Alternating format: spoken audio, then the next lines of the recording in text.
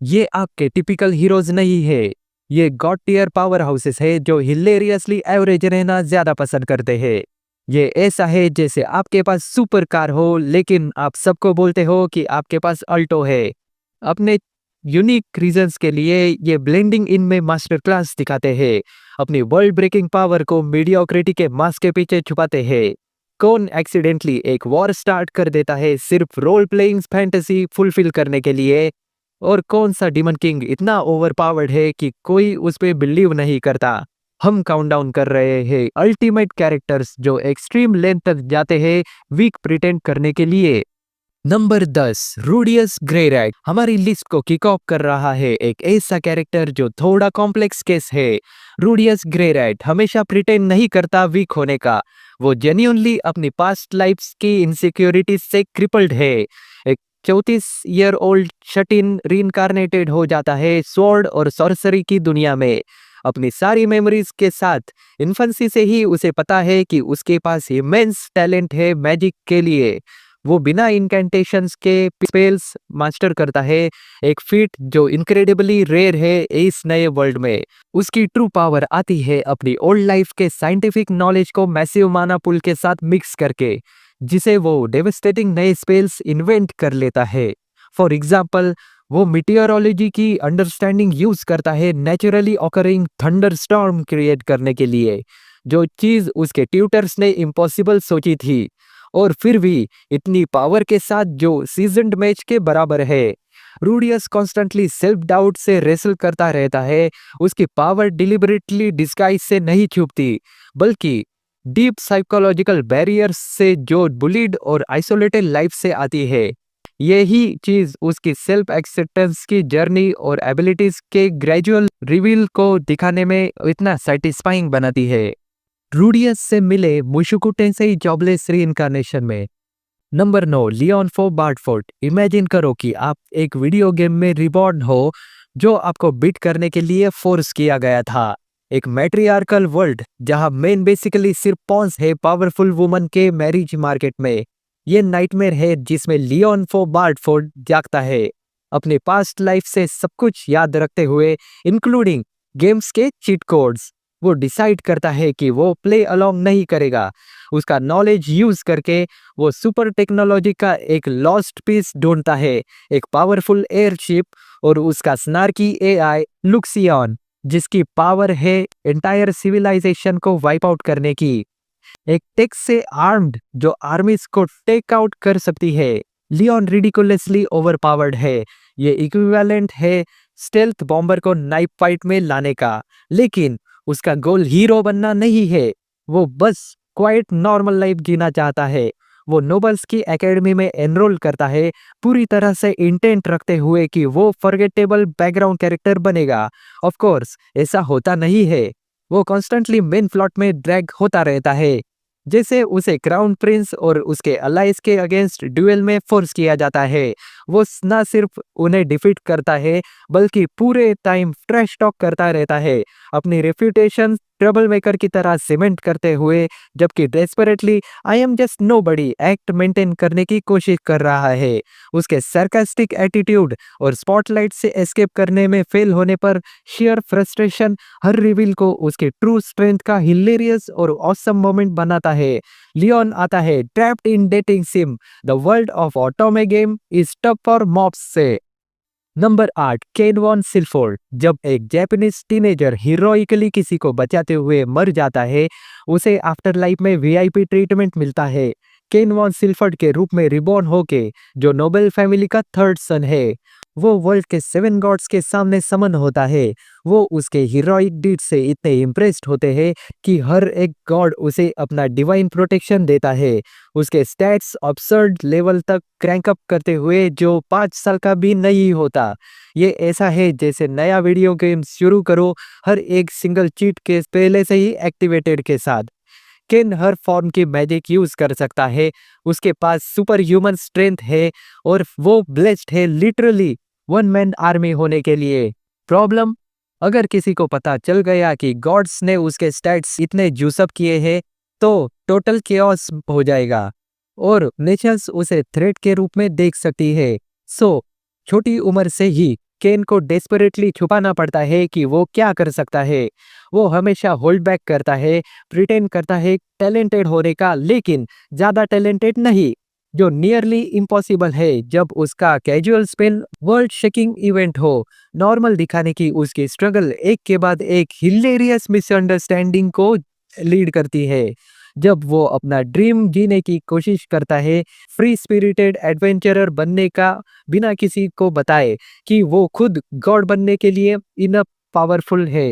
केन है the aristocrat's otherworldly adventure servants of the goddess से। Number 7, Kiyotaka Ayanokoji. Isekai से हटकर अयानुकोजी इस ट्रोप का अनडिस्प्यूटेड पोस्टर बॉय है इस मॉडर्न सेटिंग में।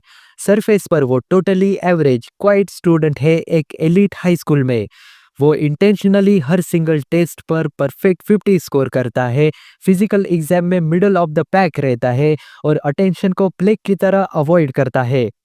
लेकिन उस carefully crafted mask of the mediocrity के नीचे एक फ्लॉलेस इमोशनलेस जीनियस है जो व्हाइट रूम नाम के सीक्रेट ब्रूटल इंस्टीट्यूशन में फोर्ज्ड हुआ है। वो ऐसा है जैसे शार्क जो साइलेंट काम सी ऑफ द स्टूडेंट के नीचे स्विम कर रही है। उसके पास सुपर ह्यूमन इंटेलिजेंस और टेरिफाइंग फिजिकल एबिलिटीज है और ह्यूमन साइकोलॉजी की मास्टरी भी है जो उसको सबको अराउंड हिम चेस पीसेस की तरह मैनिपुलेट करने देती है। वो अपने स्किल मॉडेसिटी से नहीं छुपाता, बल्कि वेपन की तरह अपने पीसफुल स्कूल लाइफ के ड्रीम को अचीव करने के लिए यूज करता है। वो सीक्रेटली अपने क्लास की राइज ऑर्केस्ट्रेट करता है लास्ट प्लेस से एग्जाम और कॉन्फ्लिक्ट्स के दौरान कॉम्प्लेक्स विक्टरीज मास्टरमाइंड करते हुए, जबकि इंश्योर करता है कि उसके क्रेडिट्स दूसरे ले। वो अल्टीमेट पपेट मास्टर है शैडोज से काम करते हुए। एनीमे की सबसे इंटेंस साइकोलॉजिकल थ्रिलर में से एक में अयानोकोजी है क्लासरूम ऑफ एलिट से। Number 6, Luke तुआथादे।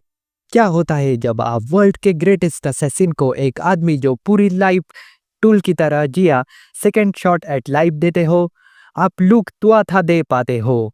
अपने ही ऑर्गेनाइजेशन द्वारा बिट्रे होने के बाद और किल होने के बाद ओल्ड असैसिन को गॉडेस द्वारा रीइंकार्नेट किया जाता है एक मिशन के साथ। हीरो को 18 साल में किल करो। हेल्प के लिए वो उसे एस रैंक स्किल्स के मेनू से पिक करने देती है, जिसे वो लाइफ टाइम के असैसिनेशन एक्सपीरियंस के साथ कंबाइन करता है। असैसिन्स के नोबल फैमिली में बॉर्न होके लूक अपने स्किल्स को टेरिफाइंग लेवल तक शार्प करता है। मैजिक और मॉडर्न नॉलेज को अपने डेली आर्ट्स में वेव करते हुए दुनिया के लिए वो ब्रिलियंट यंग नोबल और स्किल्ड डॉक्टर है। वो इवन अपनी असिस्टेंट्स में से एक के साथ सक्सेसफुल कॉस्मेटिक ब्रांड क्रिएट करता है, इसे इंटेलिजेंस गैदरिंग और फंडिंग के लिए इनफ्रंट की तरह यूज करते हुए।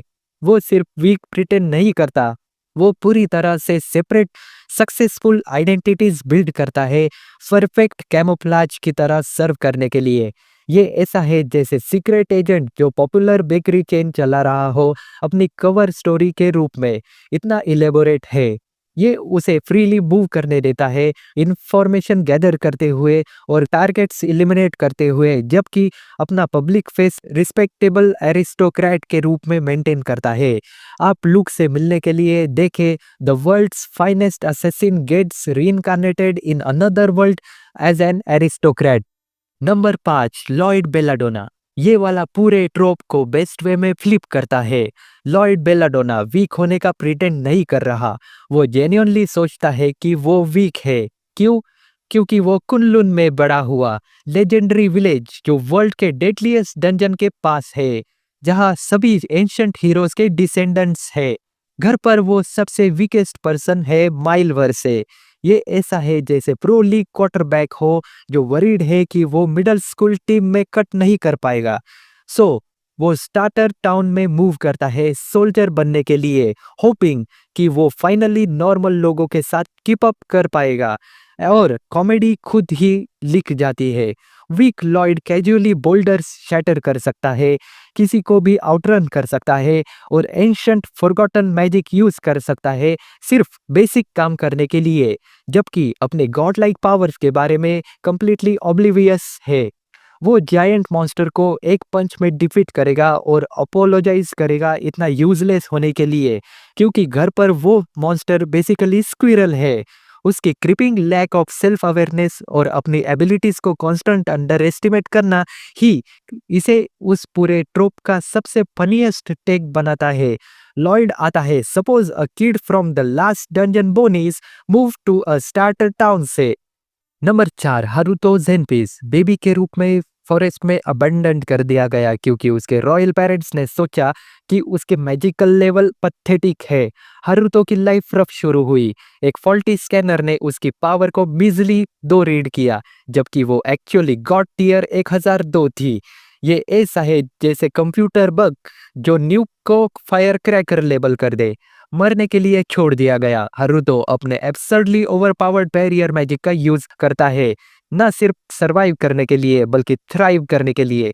पता चलता है कि उसकी useless magic ancient versatile power है जो उसे ऑलमोस्ट कुछ भी करने देती है।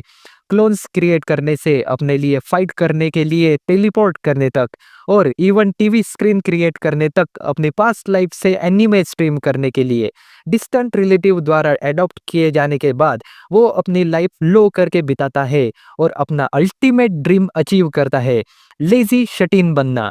वो कॉन्स्टेंटली अपनी एबिलिटीज डाउन प्ले करता है, पार्टली क्योंकि वो अभी भी कन्विंस्ड है कि वो कुछ खास नहीं है, और पार्टली क्योंकि वो बस चाहता है कि सभी उसे अकेला छोड़ दे। नॉर्मल दिखने की उसकी अटेम्प्ट्स, जबकि उसका बैरियर मैजिक कैजुअली रियलिटी को डिफाई करता है, एंडलेस कॉमेडिक सिचुएशंस क्रिएट करता है। हारुतो से मिलने के लिए देखें am I actually the strongest. Number 3, Wang Ling. अगर most effort to seem average के लिए अवार्ड होता तो वोंगलिंग जीत जाता, नो कॉन्टेस्ट।